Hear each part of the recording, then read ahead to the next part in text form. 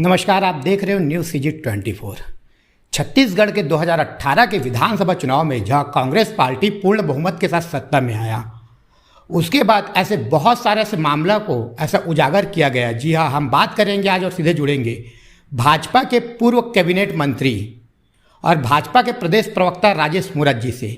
आज उनसे हम सीधे विषयों में चर्चा करेंगे कि उन्होंने ऐसे बहुत सारे मामलों को सोशल मीडिया के माध्यम से और भाजपा कार्यकर्ताओं के साथ प्रदर्शन करके ऐसे ऐसे मामले उठाए। चाहे हम बात करें शराब के अवैध बिक्री को लेकर बात करें, चाहे हम खनिज विभाग की बात करें, चाहे हम राशन दुकान की बात करें, चाहे हम अन्य मुद्दों की बात करें। सर, न्यूज़ सीजी 24 में आपका बहुत बहुत स्वागत है। धन्यवाद। नमस्कार मित्रवर। सर, आप ये अवैध शराब का मुद्दा लगभग 2019-20 से उठाते हुए लगातार आ रहे हों। अभी ईडी का भी अभी लगातार छापा पड़ रहा है और वहीं पास ईडी ने आबकारी विभाग पे एक बहुत बड़ा कॉन्फ्रेंस के जरिए आरोप भी लगाया गया है और दाखिला भी किया गया है कि 2000 करोड़ का छत्तीसगढ़ में शराब का एक घोटाला के रूप में सामने आ रहा है, जिसके ऊपर कार्रवाई करते हुए एक व्यक्ति को हिरासत में भी लेकर पूछताछ किया गया। क्या कहेंगे इस मामले को लेकर आप? देखिए, अवैध दारू का वितरण सेल ये 2019 से इस सरकार के आने के बाद भूपेश बघेल की भारतीय जनता पार्टी लगातार इस मुद्दे को उठाती रही है। हम हमेशा बताते रहे हैं कि ये दुकानों के अंदर दो तरह की दारू बिक रही है। सरकार का काउंटर और सरकार के काउंटर में प्राइवेट दारू, और प्राइवेट दारू भी विदाउट होलोग्राम की या गलत तरीके से आई हुई काउंटर पे बिक रही है। एक तरफ सरकार बिल दे रही थी, एक तरफ बिना बिल का माल बिक रहा 30% वहाँ। स्पष्ट ये भारतीय जनता पार्टी लगातार इस आरोप को लगा रही है। जिले में सिंडिकेट चल रहा, सिंडिकेट के माध्यम से जो मानी हुई कंपनी उनके दारू का उपलब्धता नहीं होना, लोकल दारू है, होलोग्राम चेंज होकर के बेचना, और इसको लेकर के लगातार भारतीय जनता पार्टी और हम लोगों ने इस विषय को हमेशा उठाया। और अब तो ये विषय धीरे धीरे परिपक्व पुख्ता होता जा रहा है कि ये सरकार की मिली भगत से सरकार के राजस्व का नुकसान, अरे राजस्व का नुकसान जिस दुकान के ऊपर ये अवैध दारू बिक रही है, समाचार पत्रों में छप रहा, मीडिया बता रहा है, लगातार 19 से लेकर के आज 23 तक अगर ये विषय निकल कर के आ रहे, तो क्या सरकार ने कभी उनके खिलाफ कार्रवाई की?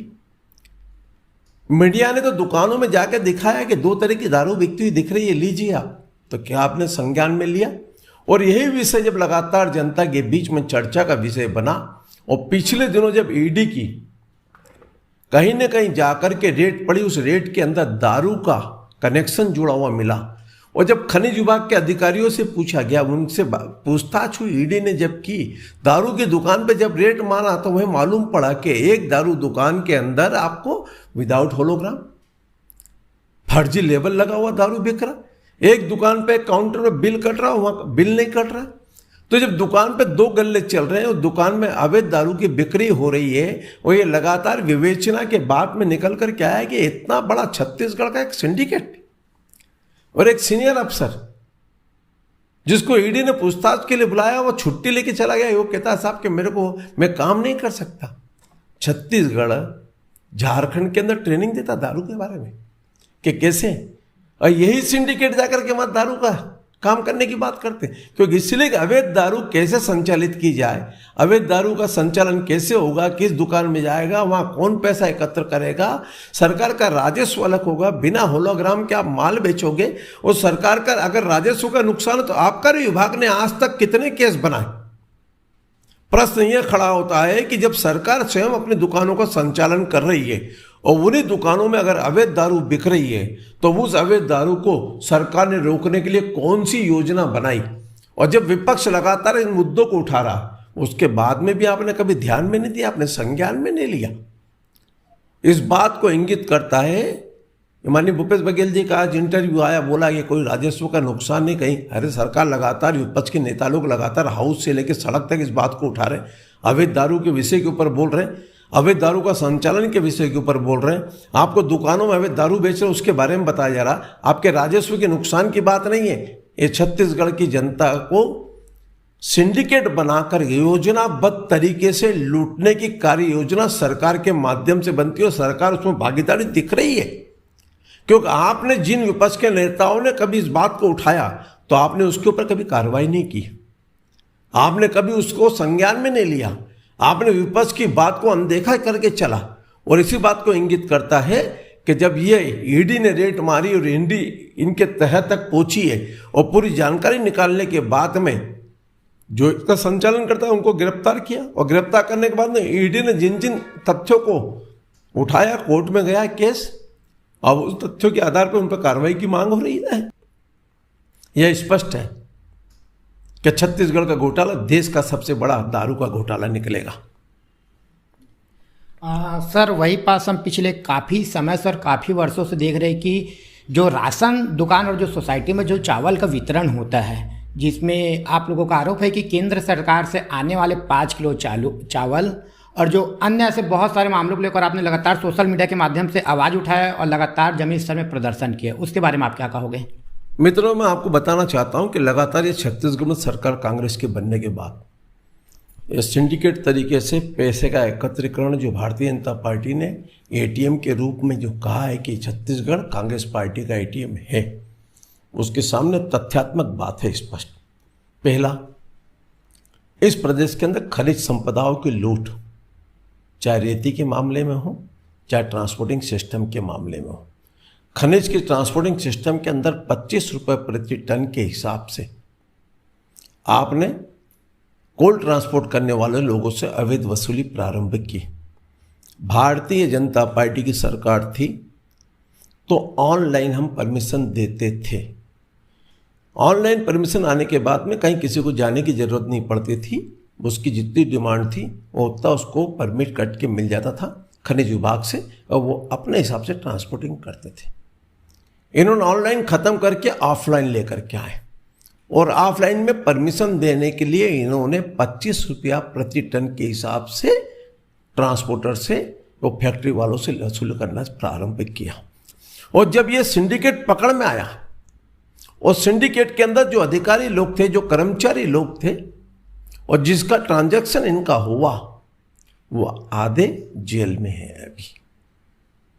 भारतीय जनता पार्टी शुरू दिन से इस विषय को उठाई है, और इसलिए आपके संज्ञान में ये चीज को ला रहा हूं कि खाली हमने उसकी बात नहीं की, हमने खनिज के अंदर भी भ्रष्टाचार के मुद्दे को उठाया। उसके अंदर आधे लोग जब रैकेट समझ में आया, पकड़ में आया, उसके गिरोह के अंदर कौन कौन लोग थे, तो ये गिरोह के अंदर निकल कर क्या है कि मुख्यमंत्री निवास से जुड़े हुए निजी सचिव तक उसके भागीदार बने। उनके वहाँ के सचिव महोदय, अपर सचिव सोमिया जी अभी अंदर है। कई लोग ऐसे जिनका तार जुड़ा हुआ, जो कांग्रेस पार्टी के सूर्यकांत तिवारी जी थे, उनके तार, उनके साथ में कौन कौन लोग थे, एक आईएएस अंदर उसी विषय पर है। उसी प्रकार से चावल के मुद्दे पर केंद्र सरकार ने प्रति व्यक्ति 5 किलो चावल देने को आपको दिया है केंद्र सरकार ने कोविड काल में, उसका आज तक मिलान नहीं हो पाया। आपने राशन दुकानदार को चावल दिया, ये भी एक सिंडिकेट है। आज नहीं तो कल ये राशन दुकान का इतना बड़ा सिंडिकेट है, जो पिछले दिनों माननीय मुख्यमंत्री जी ने भी लिखा, मुख्यमंत्री जी को पूर्व मुख्यमंत्री ने लिखा है कि आपने राशन दुकानदार को जो राशन दिया और राशन का जो बचा हुआ स्टॉक है उन दुकान में आप बता रहे हो स्टॉक आज तक नहीं है। एक 10 बाई 12 की दुकान हो, 10 बाई 15 की दुकान हो, 10 बाई 25 की दुकान हो, उसमें कितना किलो स्टॉक रख सकते हैं आप? और ये सालों साल का स्टॉक का मिला नहीं हुआ, आप ऑडिट नहीं किया, ऑडिट के नाम पर आपने गड़बड़ कर गए। और इसके पीछे जो है ये महिला सहायता समूह के माध्यम से आप राशन की दुकान चलाने की योजना लेकर के आए, लेकिन एक सिंडिकेट चला रहा पूरी दुकानों का संचालन हर जिले में। कलेक्टर की रिस्पॉन्सिबिलिटी बनती है कि राशन दुकान का परीक्षण के उपरांत में उस स्टॉक का चेक करना, उसको वेरीफाई करना कलेक्टर की जिम्मेदारी बनती है, खाद्य अधिकारी की जिम्मेदारी बनती है। लेकिन सालों साल इसका मिलान नहीं हुआ, और मिलान नहीं होने के बाद में आज ये बातचीत निकल के आ रही है कि ये भी सैकड़ों करोड़ों का गबन छत्तीसगढ़ में राशन के खेल के मापे हुआ। यह जो परिस्थिति बनी है, महादेव ऐप, सट्टे का खुला व्यापार, शासन प्रशासन के संरक्षण में करोड़ों का ट्रांजैक्शन, अरबों रुपए की लेन देन अवैध। अगर बैंक में कोई 2 लाख 5 लाख रुपया डालता है ना साहब, तो बैंक वाले पूछते हैं कि आप ये अकाउंट में लूं कि नहीं लूं। ये पैसा उनका इसके अंदर आपके दुकान में, आपके बैंक में करोड़ों अरबों का व्यापार हो गया, और आपको उन लोग पकड़ में नहीं आ रहे। 4 थानों के अंदर आपकी एफआईआर, और जो एफआईआर जिस समय की है 2019-20 के अंदर, जिन जिन के ऊपर ये बातचीत निकल करके आई है, लगातार हम उठाते रहे इस मुद्दे को भी, हमने कहा कौन है महादेव के ऐप का संचालन करता है? तो सरकार ने क्या 4 FIR होने के बाद में जब मुख्यमंत्री गृह मंत्री समीक्षा करता है और गृह मंत्री समीक्षा करते हुए कहता है कि सट्टा चल रहा है, जुआ चल रहा है, तो लोग कहते हैं नहीं सर ऐसा कुछ नहीं चल रहा है, तो वो नाम देता है लिख करके कि ये लोग संचालन कर रहे हैं, इनको गिरफ्तार करो, इन्हीं विभाग का। उसके बाद में हम उनके खिलाफ में कार्रवाई, छोटी छोटी मछलियां पकड़ने से कुछ नहीं होता। अगर एक बैंक में करोड़ों अरबों रुपए का ट्रांजैक्शन है तो बैंक मैनेजर से लेकर सबका इन्वॉल्वमेंट है, कहाँ गए वो लोग? उनके ऊपर कार्रवाई नहीं किसी चीज की। और आज निकल गया है दारू का खजाना, और इसके ऊपर कांग्रेस पार्टी माननीय मुख्यमंत्री जी कहते हैं कि नहीं ये तो आरोप प्रत्यारोप है खाली। अरे आरोप प्रत्यारोप नहीं, तथ्य है, तथ्य के आधार पर बातचीत करो, कोर्ट के अंदर है। अगर ऐसा होता तो ये बातें कहां से निकल के आती है? ये विपक्ष तो लगातार समाचार की सुर्खियां बना हुआ है, प्रदेश के अंदर हर समाचार पत्र रंगा हुआ है, लिखता रहा है कि ये चीज, उसके बाद में भी आप किसी के खिलाफ में कार्रवाई नहीं करना। कहीं न कहीं जाकर के शासन इन सब का दुरुपयोग करके, जो कांग्रेस पार्टी के ATM जो कहती है भारतीय जनता पार्टी वो सही है, छत्तीसगढ़ की जनता का गाड़ी कमाई का पैसा कांग्रेस पार्टी लूट करके ये चुनाव के अंदर भेजने का काम कर रही है। वही तथ्य सामने निकल करके आ रहे हैं सबके बीच में। इसलिए मैं ये कहता हूं कि जितने स्कैंडल इस 5 साल में हुए, 4 साल हुए साहब अभी तो, वही 4 साल में जितने स्कैंडल, 4 बड़े बड़े स्कैंडल निकल करके आ गए। और अभी तो कहीं है, रोडों की हालत खराब है, उसके लिए लोन ले रहे हो आप। जल जीवन मिशन पूरा सत्यानाश है, टेंडर कैंसिल हो रहा है, कई बार एजेंसी के खिलाफ में कार्रवाई कर रहे हैं, कहीं कुछ नहीं हो रहा। जमीनों की बंदर बाट हो रही पूरे प्रदेश के अंदर, कब्जाधारी करने में कोई चूक नहीं रहे। तो ये प्रदेश की जो स्थिति बन गई है, ये लूट खसोट भ्रष्टाचार की जननी कांग्रेस पार्टी छत्तीसगढ़ में बन चुकी है। एक इतिहास लिख रही है यहाँ पर भूपेश बघेल जी के नेतृत्व में कि छत्तीसगढ़ भ्रष्टाचारी, छत्तीसगढ़ शांत प्रदेश, समृद्धशाली प्रदेश, और उसको कांग्रेस पार्टी ने अपना ATM बना लिया। ED के खिलाफ में बोलने के पहले उन तथ्यों को भी पढ़ लो। उसने अपनी डायरी प्रस्तुत की है, जिन जिन के खिलाफ में कार्रवाई हुई है उनका प्रस्तुतिकरण आया है, और ये प्रक्रिया सरकारी है। दोषारोपण कहने से माननीय मुख्यमंत्री जी कुछ नहीं होता। अपने इर्द गिर्द और जो अपने लोग गलत काम कर रहे हैं उनको रोकने की कोशिश करो। सर वही पास अब हम बात करते हैं धार्मिक मुद्दों को लेकर। पिछले वर्ष देखा गया था कि कवर्धा में जो भगवा झंडे वाले कांड हुआ था, जिसको लेकर पूरे छत्तीसगढ़ में बहुत ही मतलब एक विवाद सामने आया था, जिसको लेकर भाजपा लगातार प्रदर्शन किया, हिंदुवादी संगठन ने प्रदर्शन किया। वही पास देखा गया कि बेमेतरा के सहारनपुर में भी एक हत्या हुआ, जिसको लेकर छत्तीसगढ़ बंद का आह्वान किया गया था भाजपा और हिंदू संगठन द्वारा। लगातार आप हिंदुत्व के मुद्दों को, चाहे हम बात करें नारायणपुर में बंद का आह्वान किया गया था धर्मांतरण को लेकर, जो आदिवासी गिरफ्तार हुए थे उसको लेकर, तो क्या आने वाले समय में क्या हिंदुत्व एक बहुत बड़ा मुद्दा रहेगा और छत्तीसगढ़ में हिंदुओं की क्या स्थिति रहेगी आपकी नज़र से? देखिए, हिंदू तो हिंदू है, हिंदू समाज त्यागी समाज है, किसी धर्म पे कब्जा करने की कोशिश नहीं करता, ना किसी को बरगलाने की कोशिश करता, ना किसी को प्रलोभन देने की कोशिश करता है। अगर धर्मांतरण के विरोध में अगर बातचीत हो रही है तो जो धर्म परिवर्तन करवा रहे हैं उसके पीछे का हेतु समझ लें। बिना प्रलोभन के कोई धर्मांतरण नहीं हो रहा।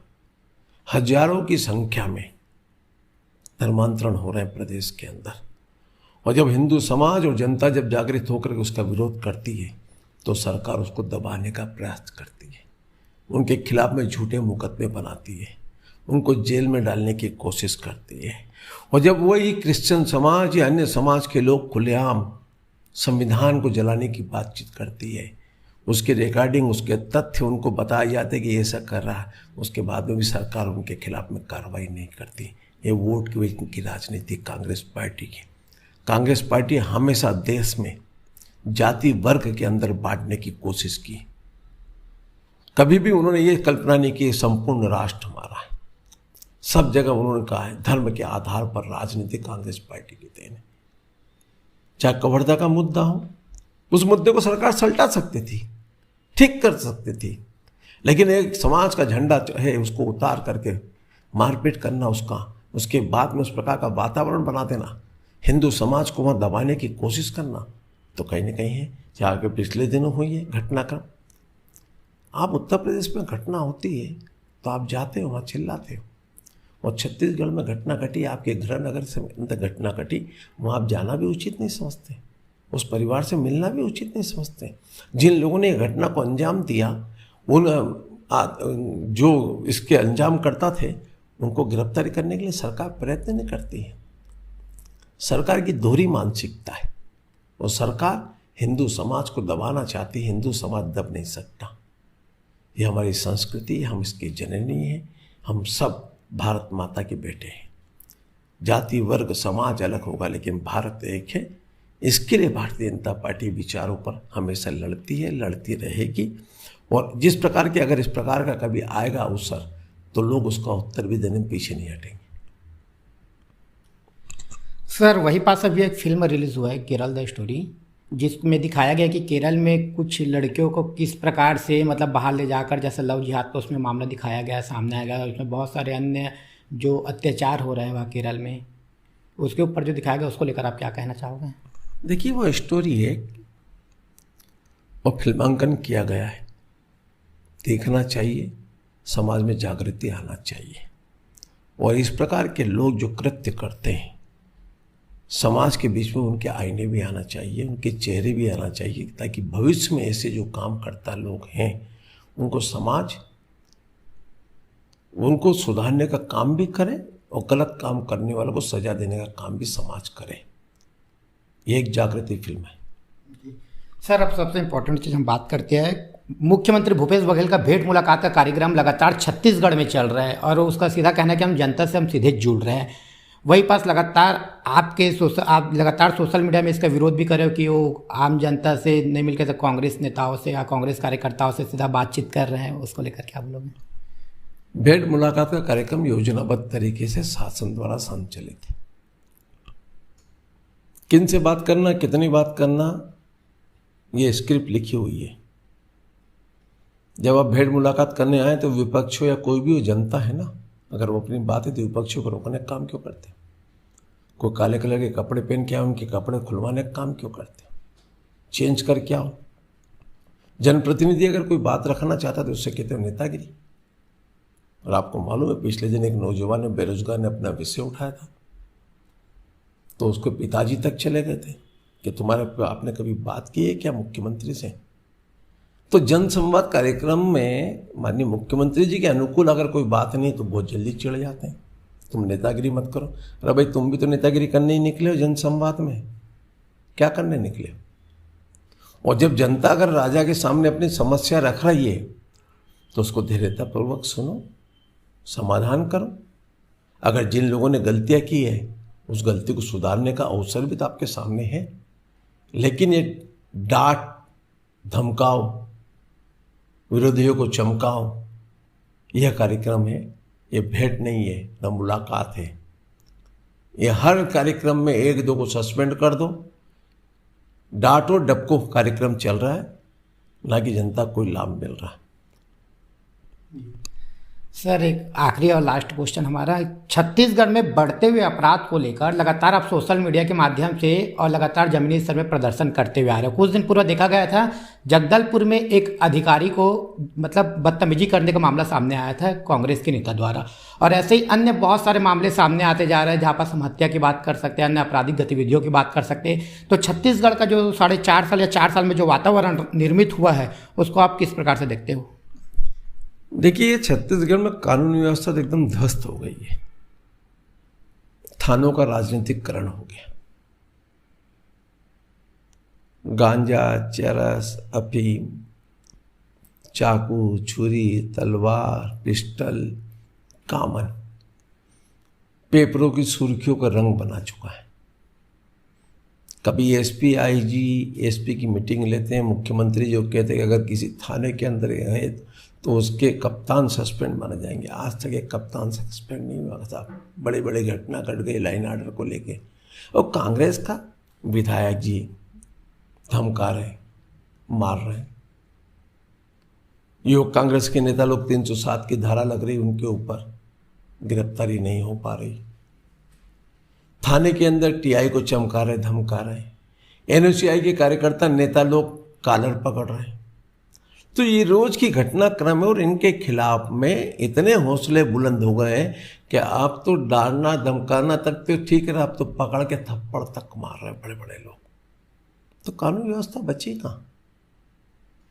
जिस थाने का राजनीतिकरण हो चुका, जिस पुलिस विभाग का पूरा राजनीतिकरण हो चुका, वहां कानून का भय कहां से दिखेगा? इसलिए अगर वाकई में आपको है तो ये राजधानी के रोज सुर्खियां पेपर में पढ़ लेते हैं अपन लोग।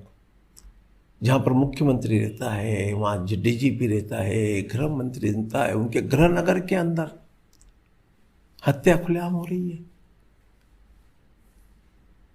तो राजनीतिकरण जब मुक्त होगा पुलिस विभाग तो कुछ काम करके दिखाएगा। और इस प्रदेश में कानून व्यवस्था ध्वस्त हो, चाहे लाइन ऑर्डर अंदर का हो, चाहे बाहर का हो, चाहे नक्सलिज्म का मामला हो, चाहे लोकल लाइन ऑर्डर का हो, चारों तरफ अवैध वसूली, गुंडों को संरक्षण।